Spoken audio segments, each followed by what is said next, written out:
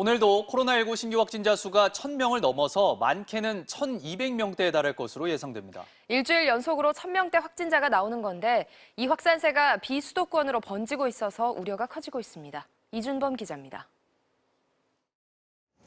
어젯밤 9시까지 확인된 코로나19 신규 확진자는 전날보다 13명 줄어든 1,007명입니다. 공식 집계가 끝나는 자정이 되기 전에 이미 1,000명을 넘어서면서 7일 연속 4자릿수 확진자가 이어지게 됐습니다. 오늘 0시 기준 발표될 신규 확진자 수는 전날과 비슷한 1,100명 안팎에서 많게는 1,200명에 육박할 것으로 예상됩니다. 평소보다 검사량이 줄어드는 주말 효과가 반영된 일요일 집계에서도 최다 기록이 나올 정도로 4차 대유행이 본격화된 상황. 아직 대부분의 확진자가 수도권에서 나오고 있지만 비수도권 확진자 비율도 27.1%로 계속 늘어나고 있습니다.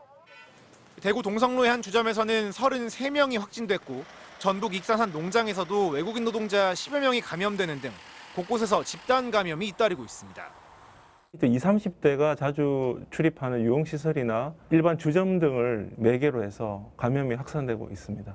사회적 거리두기 부분은 정부 기준에 따라서 상향을 검토하고 있습니다. 수도권 확산을 빨리 잡고 비수도권으로 4차 유행이 번지는 것을 막기 위해 정부는 수도권 특별 방역 점검 회의를 열었습니다. 또다시 국민들께 조금 더 참고 견뎌내자고 당부드리게 되어 대단히 송구한 마음 금할 수 없습니다. 정부는 수도권 4단계를 짧고 굵게 끝내 일상의 복귀를 앞당기고 경제적 피해를 최소화하겠다고 밝혔습니다. MBC 뉴스 이준범입니다. 다음 달 중순에는 2,300명이 넘는 하루 확진자가 나올 수 있다는 새로운 전망이 나왔습니다. 정부는 철저한 방역 수칙 준수를 당부했습니다. 박윤수 기자입니다. 최근 2주간 발생한 코로나19 확진자는 13,500여 명. 신천지발 1차 유행과 광화문 집회발 2차 유행 당시 발생했던 전체 환자 규모를 이미 넘어섰습니다. 지난 2주간 하루 평균 확진자는 970명으로 3차 유행 당시 660명보다 300명 이상 많습니다. 정부는 현재 상황이 지속되면 다음 달 중순쯤엔 하루 확진자 수가 2,331명까지 기록할 거라고 내다봤습니다. 감염 재생산 지수가 1.22인 상황을 상정했을 때는 8월 중순에 2,300여 명까지 증가한 후에 감소할 것으로 추계하였습니다. 1차 유행은 78일, 2차 유행은 93일, 3차 유행은 69일 걸렸습니다. 4차 유행은 규모와 속도 면에서 이전 유행들보다 크고 빠른 만큼 진정 국면에 들어서려면 9월은 돼야 할 걸로 전문가들은 예상합니다. 8월에서 9월 정도까지 1차 접종률이 60에서 70% 정도까지 올라갈 때까지는 저는 이제 확산세가 통제까지 가긴 좀 어렵다고 봐요. 델타 변이가 유입이 됐고요. 정부도 상당 기간 유행이 지속될 걸로 예측하고 있습니다. 다만 수도권 4단계 조치가 빨리 효과를 발휘하고 백신 접종이 속도를 내면 이르면 8월 말에는 하루 600명대로 확진자가 줄어들 수 있다고 분석했습니다. 이와 관련해 정부는 수도권에서 오후 6시 이후 3명 이상 사적 모임을 금지했지만 2명 모임이 늘면 소용이 없다며 2명 모임도 자제해달라고 요청했습니다. MBC 뉴스 박윤수입니다. 어제부터 50대 중후반에 대한 백신 사전 예약이 시작됐죠. 이 신청자들이 몰리면서 접속 장애가 발생했고 조기에 마감됐습니다. 김아영 기자입니다. 어제 새벽 질병관리청의 백신 접종 사전 예약 사이트. 접속을 위해 200시간을 기다려야 한다는 안내 문구가 떠 있습니다. 55세에서 59세 백신 접종 사전 예약이 시작되자 동시 접속자가 한때 80만 명까지 몰리면서 접속 장애가 일어난 겁니다. 장애 현상은 4시간 넘게 지속됐습니다. 당초 생각했던 것보다 더 많이 접속이 이루어졌습니다. 이번에 들어오는 물량 대비 안내에 대해서 좀 소통이 좀 짧았던 그런 부분에 대해서 송구하다는 말씀을 드립니다. 55세부터 59세까지 1차로 배정된 백신 물량 185만 명분이 15시간 만에 모두 동이 났습니다. 군 입대 예정자들에 대한 화이자 백신 접종도 시작됐습니다. 4차 대유행과 델타 변이의 급속한 확산에 서둘러 백신을 맞으려는 청년의 발걸음이 이어졌습니다.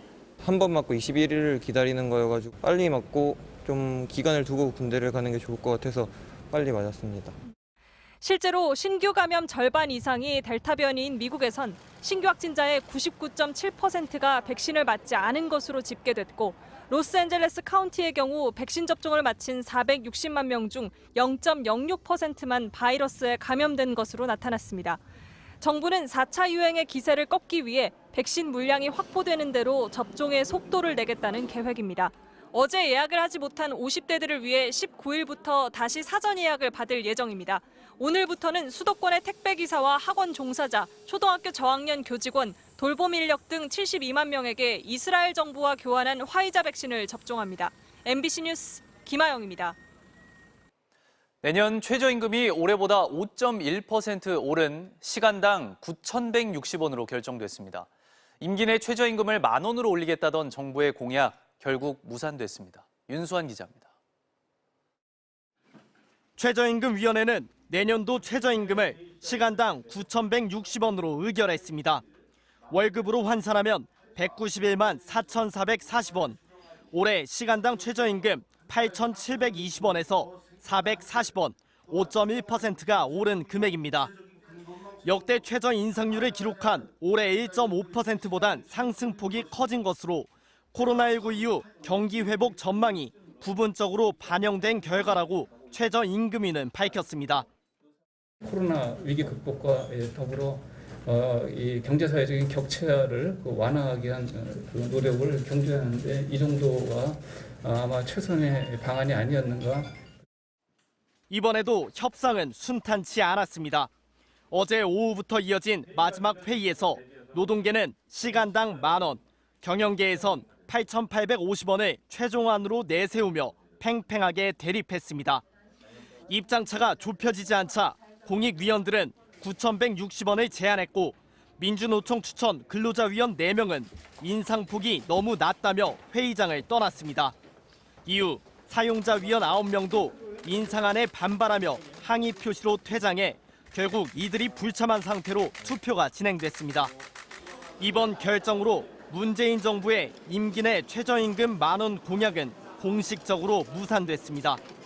노동계는 저임금 노동자를 희망 고문하고 우롱한 것이라고 비판하고 있지만 경영계에서도 소상공인과 중소기업의 현실을 외면한 결정이란 불만이 나오는 상황.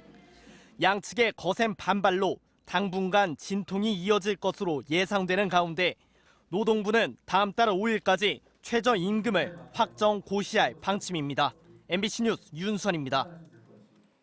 더불어민주당 송영길, 국민의힘 이준석 대표가 2차 추경을 통해 전국민 재난지원금을 지급하기로 뜻을 모았습니다.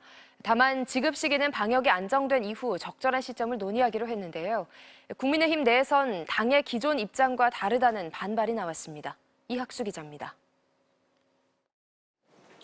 취임 후 첫 회동을 마치고 나온 민주당 송영길 대표와 국민의힘 이준석 대표의 표정은 밝았습니다. 우리 여야 이런 대표들의 화기애애한 만남이 또 긍정적이고 희망적인 메시지로 다가갔으면 좋겠습니다. 생각했던 것보다 공감할 수 있는 부분이 많았고 또 간극을 좁힐 수 있는 부분이 많았다고 저는 생각합니다. 1시간 반가량 회동 결과 예상보다 많은 합의 사항이 발표됐습니다. 특히 전국민 재난지원금 합의가 주목을 받았습니다. 정부 여당이 소득 하위 80%까지 지급하기로 한 재난지원금을 전 국민에게 지급하는 방향으로 추진하기로 한 겁니다. 두 대표께서는 전 국민에게 지급하는 방향으로 가는 것이 맞지 않냐.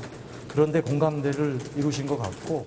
전 국민 재난지원금을 지급하는 방향으로 결정을 하고 지급 시기는 방역 상황을 봐서. 양측은 또 여야정 협의체를 조속히 가동하고 작년 총선에서 위성정당 논란이 불거진 연동형 비례대표제를 개선하기 위한 선거법 개정 문제도 논의하기로 했습니다.